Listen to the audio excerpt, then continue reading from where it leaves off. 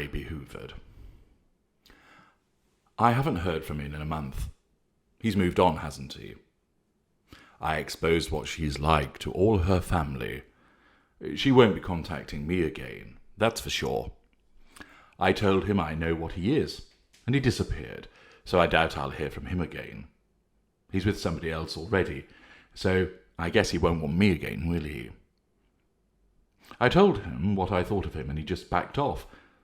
He won't hoover me now, will he? He came crying back to me, and I gave him short shrift. I doubt he will bother me again. Wrong.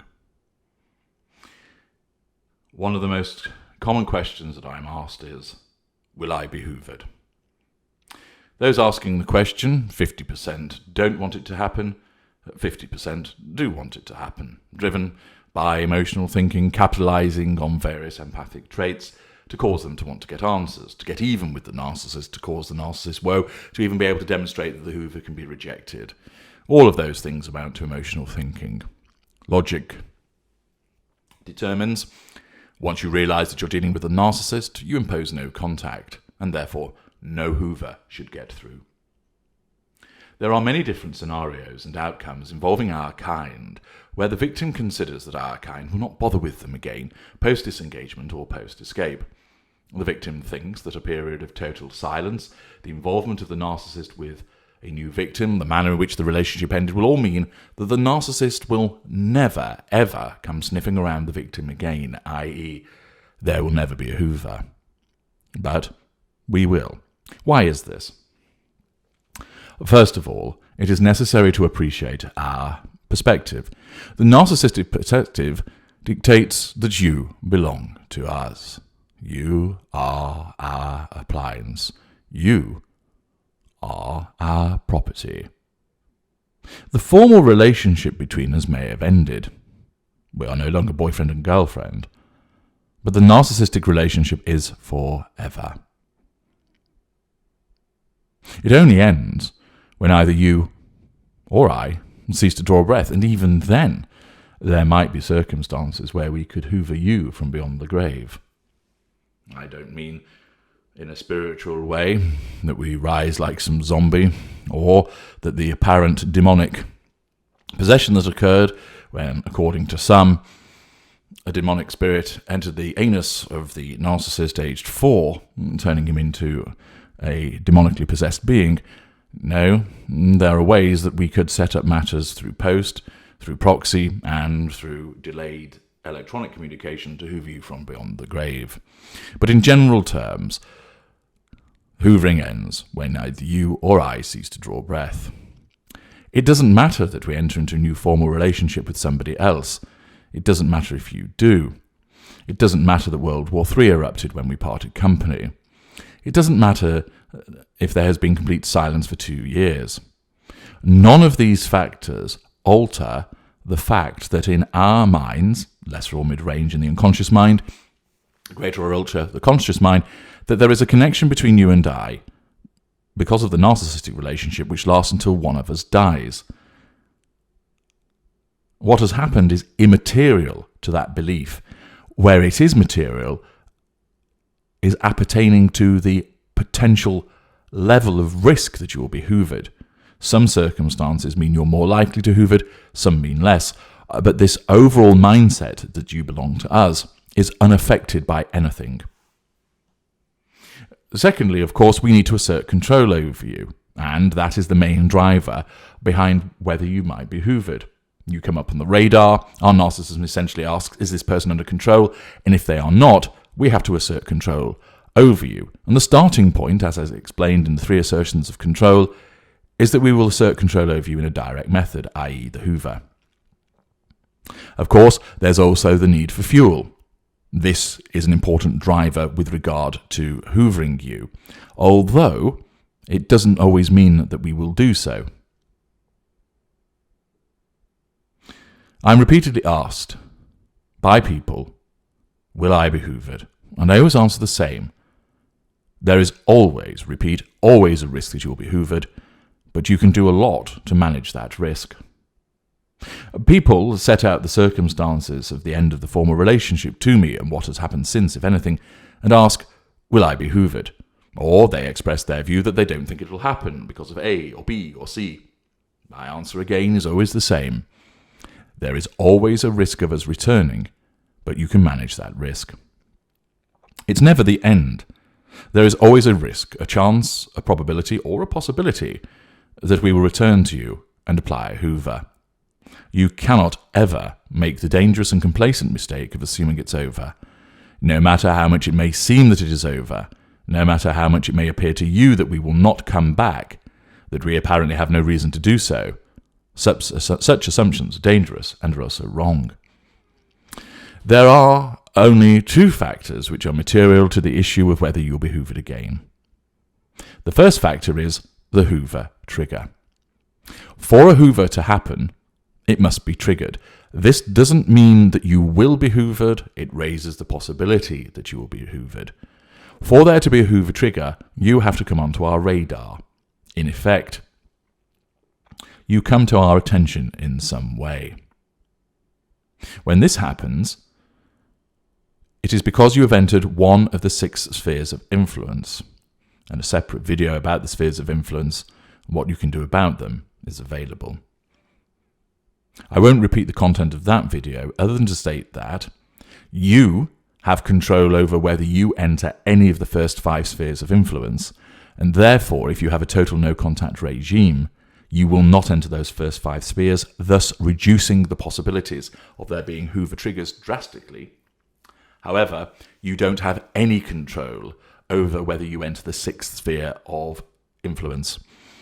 That can happen irrespective of your total no-contact regime, and that is why there always remains a risk of being hoovered, because we may just think about you, or we may be reminded of you by somebody or something, and there's nothing you can do about that. By staying away from us through a total no-contact regime, you avoid the first 5 spheres, thus reducing considerably the prospect of causing a hoover trigger. The 6th sphere is when we happen to think of you or we are reminded of you. Accordingly, if you have successfully implemented your no-contact regime, the only risk that exists of a hoover trigger being activated is if we happen to think about you or we are reminded of you. You can't do anything about that. Of course, if we've replaced you in the golden period, we are far less likely to think of you. And even if we are reminded of you, there are certain instances appertaining to the Hoover execution criteria that I have explained in a separate article about whether you'll be, essentially does the narcissist think about you following your disengagement or escape, that means that you're unlikely to be hoovered. But in essence, if you enter one of the first 5 spheres, such as telephoning us, coming to see us, sending us text messages, walking past where we live so that we see you, being seen across the square from where we work, then you'll cause a hoover trigger, which means there is then a potential for you to be hoovered. You can work out yourself that if you keep entering the first 5 spheres and causing lots of hoover triggers, you are increasing the risk of being hoovered. So first of all, there has to be this hoover trigger.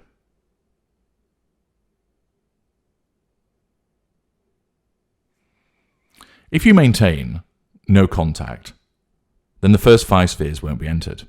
And then the only risk is if we happen to think of you or we're reminded of you. And that may not happen for weeks or for months.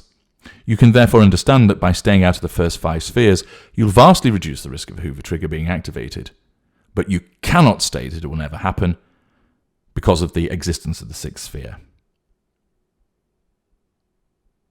We move on to the second factor. So first of all, there has to be hoover trigger. Then, the second aspect concerns the Hoover execution criteria. The best way to envisage this is like a set of scales, and there are certain factors which arise at the point of there being a Hoover trigger, and they will vary. So there's different weights available at different times to go on these scales. Some of these weights, some of the criterion, are such that they will mean that a hoover is more likely, some mean it's less likely, and they're looked at in aggregate. Understand that when you're dealing with a lesser or mid-range narcissist, they are not consciously going through this list and then going, there's this, and this. Yes, I'll hoover. This is what's going on in their unconscious. And this process is consciously evaluated by the greater or the ultra. So first of all, there must be a Hoover trigger. If there is, then it moves on to the Hoover execution criteria. The Hoover execution criteria contain matters such as where you stand within the fuel hierarchy, whether you can easily be located, how easy it is to contact you, can we walk round the corner to see you, can we ring you up, or do we have to get on a plane and fly to another continent to see you, how good your defences are, what support networks you have in place, are you with somebody else, have you a restraining order against you, what are our fuel levels like, what is our fuel matrix like, have you wounded us recently, and if so, how extensive was that wounding and how recent was the wounding, or has time passed? What school of narcissist are you dealing with? These are some of the factors, and there are others applicable also.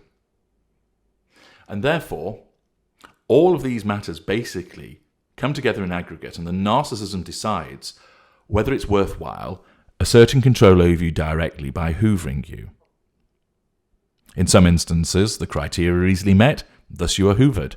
In other instances, the criteria is not met, so it's a red light, and the narcissist doesn't hoover you, so there's no direct assertion of control, and instead, the narcissist will assert control through the second or third assertions of control. So when you come up on the radar, that is a Hoover trigger.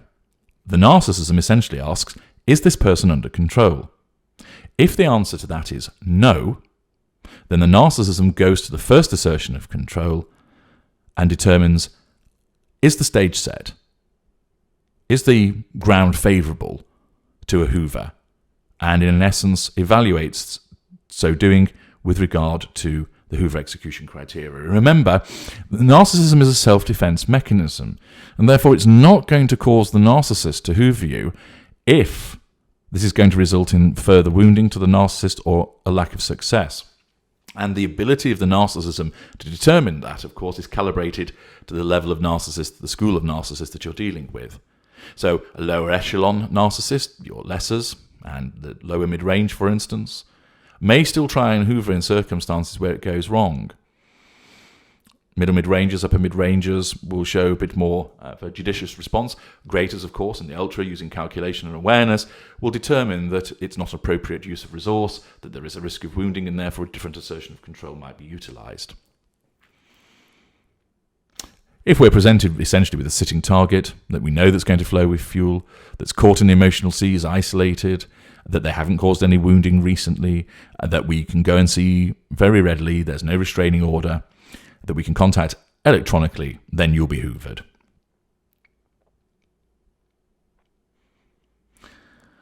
What you need to become is a flawed reason to extract emotion, also known as a free. If you do that through a strict and total no contact regime, it's far less likely that you will be hoovered.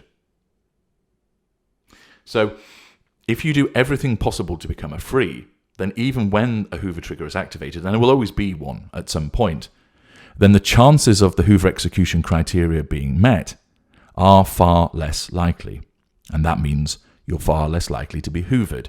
And instead, the narcissist will have to assert control indirectly, for instance, smearing or triangulation, or by withdrawal.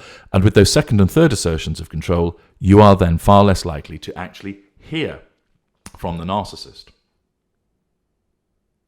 Accordingly, understand when it comes to a hoover, there has to be a Hoover trigger. You come up on the radar. And at that point, the narcissism asks, are you under control? If the answer is no, then it looks at asserting control over you directly, namely, can a hoover be placed against you? And for that, the Hoover execution criteria has to be met. The narcissism evaluates that unconsciously with regard to lesser and mid-range narcissists, and if it ascertains that the circumstances are appropriate, then a hoover is executed and tried against you. If the narcissism determines that it's not appropriate, then there will be no hoover, there will be no direct assertion of control, and instead the narcissism has to assert control through the indirect or withdrawal methods instead.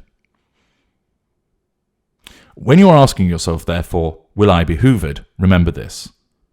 You can never say that you will never be hoovered. there needs to be a hoover trigger. You can significantly influence whether there is one by staying out of the 5 spheres of influence, but you can never remove the risk of a hoover trigger because of your presence in the 6th sphere. And thereafter, the hoover execution criteria have to be met. Again, you can significantly influence whether that criteria is met through a total no-contact regime becoming a flawed reason to extract emotion, a free. And therefore, you can significantly reduce the risk, but you can never ever remove it. There's a lot that you can do by applying my work to establish a total no-contact regime, and thus reduce the risk of being hoovered. But understand, there is always a risk. If you think, I'll never be hoovered because I've massively wounded the narcissist, you're wrong. If you think, oh, I exposed him to everybody, he slunk away and he'll never be back, you're wrong. It doesn't mean that there's a guarantee that you'll be hoovered, but you must understand there's always a risk, and you must maintain a degree of vigilance in that regard, and that is by maintaining your no-contact regime. I'm H.G. Tudor. Thank you for listening.